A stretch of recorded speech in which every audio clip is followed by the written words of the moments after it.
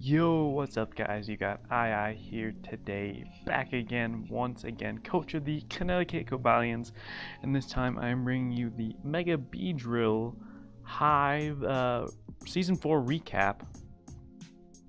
And I'm basically just going to be talking about my team that I drafted and why I drafted it in the order that I did. Now, I did another recap roast kind of video with Legion Flames earlier, and I went over my team there a bit, but I figured I'd want to give a bit more in-depth analysis of why I drafted what I did. So, for those of you who don't know, or who are not in the Hive, I basically got the second round pick of the Mega Beedrill League, and that's fantastic, first off. Second off, the round 1 pick I believe was Tapu Koko, and for those of you who don't know, I use Tapu Koko a lot, so I was looking for something a bit different this time, and I've been wanting to use Z-Celesteela for a while, so I picked up Z-Celesteela, and for those of you who don't know, Z-Celesteela is absolutely amazing. So much better than regular Celesteela, I feel. Z-Celesteela gives it a much more offensive presence than it normally would, and basically my thought process is you can pretty much fit Celesteela onto any type of team you have. So going off that, I wanted something that could reliably help Celesteela in terms of checking its type weaknesses such as fire and electric, which is why I'll go over the next 2 mons I have drafted. But Celesteela, first off, gets a variety of moves. It gets Leaf Seed, Protect, obviously, Heavy Slam. See, I'm typing in the set that's most common on Standard or Smoke on Ladder. But it gets so many more moves than that. Like, for example, the Flyinium Z set, you can run Autotomize, Z-Fly. Or the thing about draft format is basically I can shape Celesteela to fit any sort of team I want to prep for my opponent.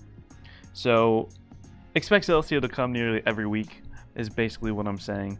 But other than that, Z-Celesteela gets so many different options. For example, if I wanted to run like a Rest Talk set, I could. If I wanted to run Flame Charge, I could potentially do that as well. It also gets some grass coverage and rock coverage for things that would normally check it.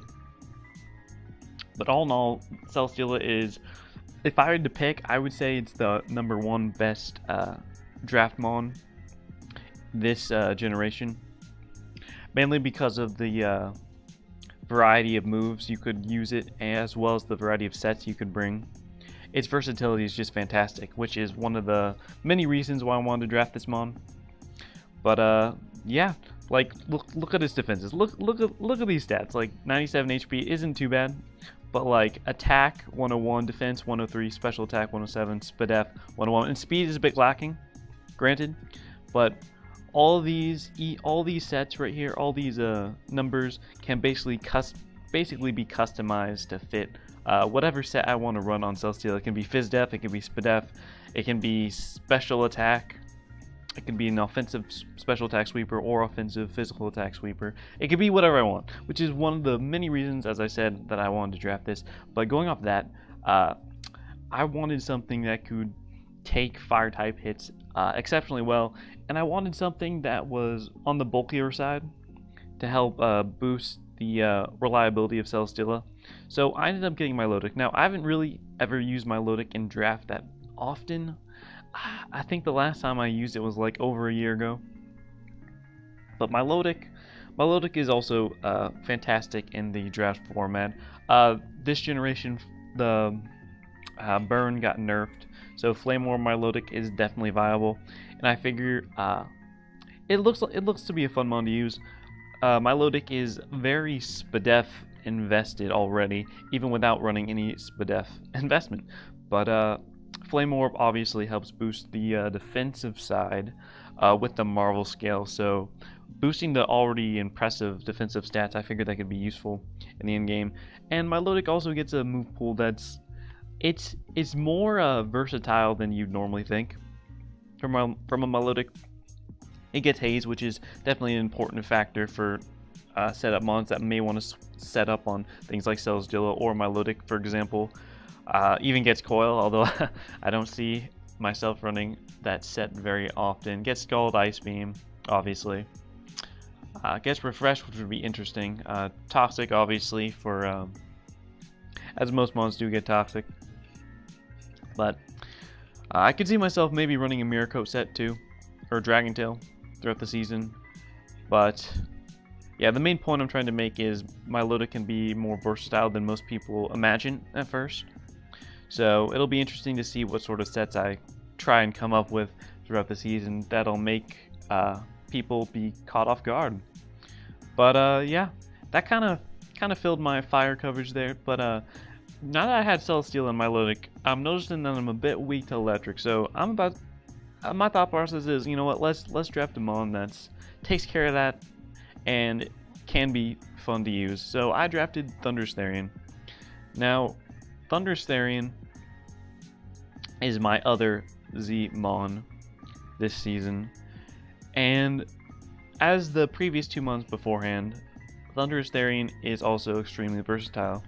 It can use physical moves and special attacking moves, and in general be pretty effective on that front. Its speed is okay, faster than base 100s, so that's not bad at all. Of course, it's not the fastest electric type in the game, but that one was drafted.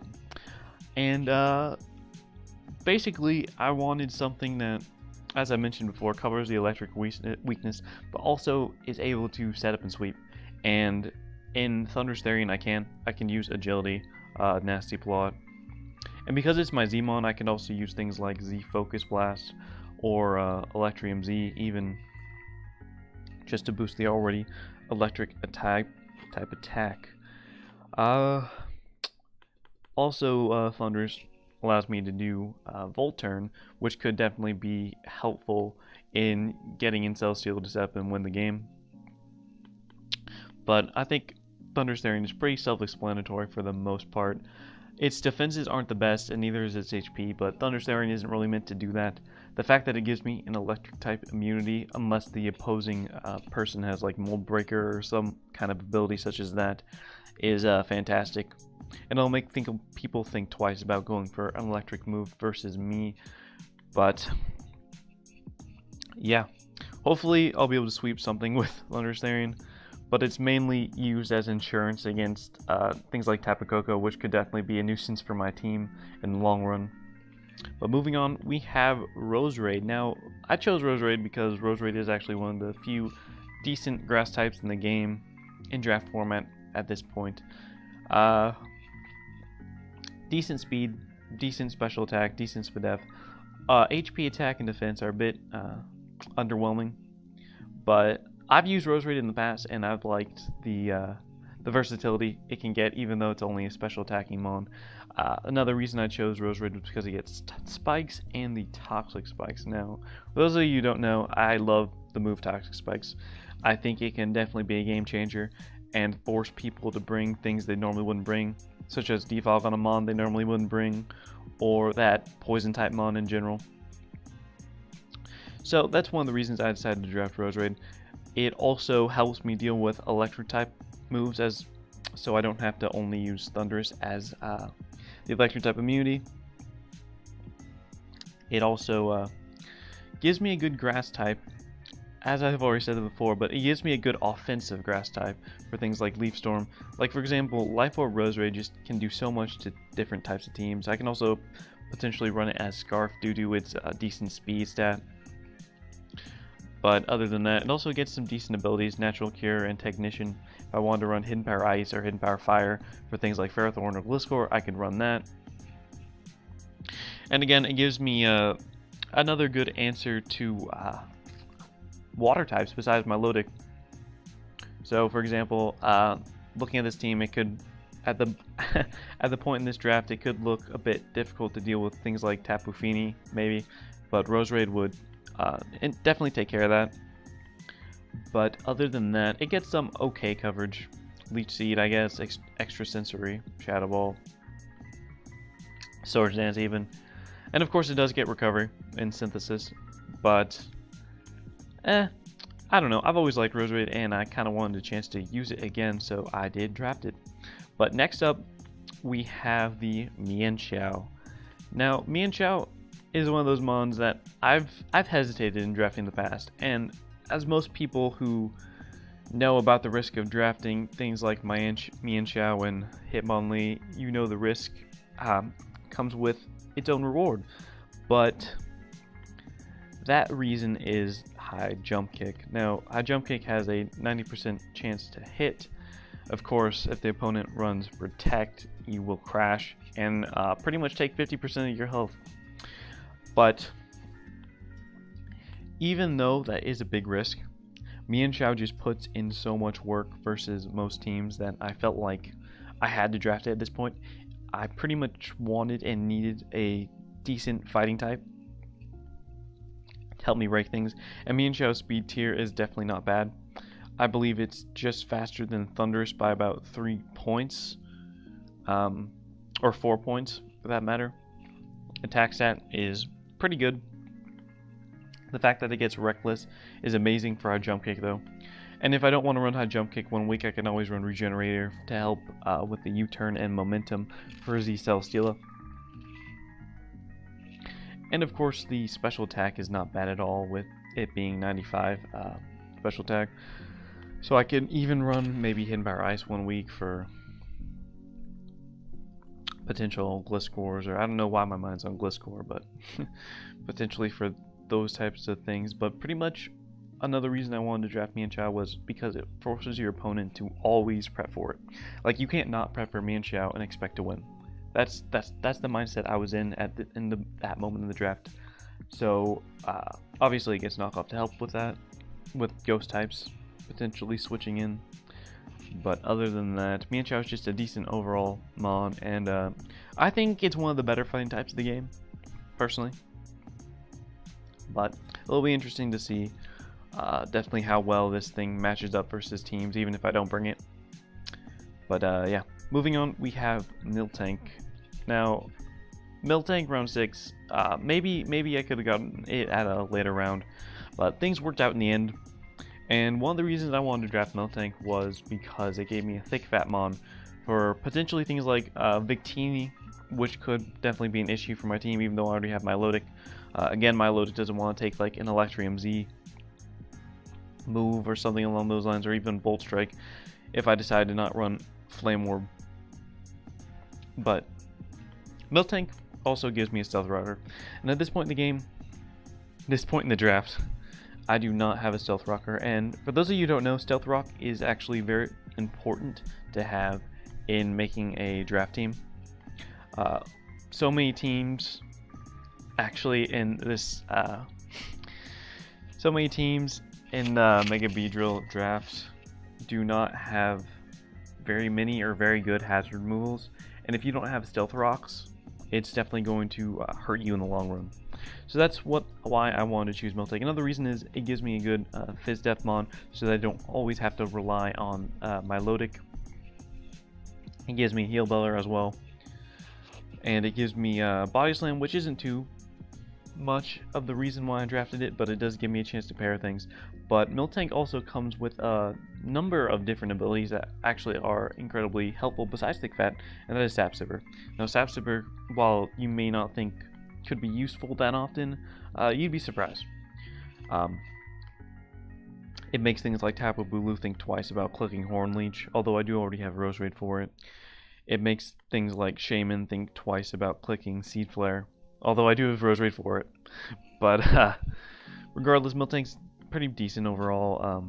Hasn't really changed that much, I think, in viability throughout the generations, but obviously it does also get the Milk Drink, so very good recovery as well. But moving on, we have the Alakazam. Now, I drafted Alakazam because I wanted something faster than Mei Xingqiu. I wanted something above those 350 max speed benchmarks, something faster than the Latias, something faster than Whimsicott even, and basically I wanted Alakazam because it gave me a Psychic type for that matter, and it gave me a Magic Guard user. Now, for those of you who don't know, hazards at this point versus my team they do exceptionally well versus me at this point in the draft. So I wanted something that didn't care about those hazards, And Alakazam was one of those mons. It was either actually between Alakazam and Dugtrio. But I've used Dugtrio a lot in the past, and I wanted the chance to try Alakazam out. Also, Dugtrio, while it does force your opponent to prep for it, if Dugtrio is adequately prepped for, it doesn't put in as much work as you'd think it would, is what I'm trying to say. And I haven't used Alakazam really in draft format, if not in a while, and it looked like an extremely fun mon to use. And as you know, regular Alakazam is a threat, especially if it's packing the Focus Sash, which basically ensures I get 2 hits off, or can do at least something in a matchup that otherwise it would do poorly in. So I could either run Focus Sash one match or Life Orb. And the fact that I'm Magic Guard ensures that I won't take any Life Orb damage.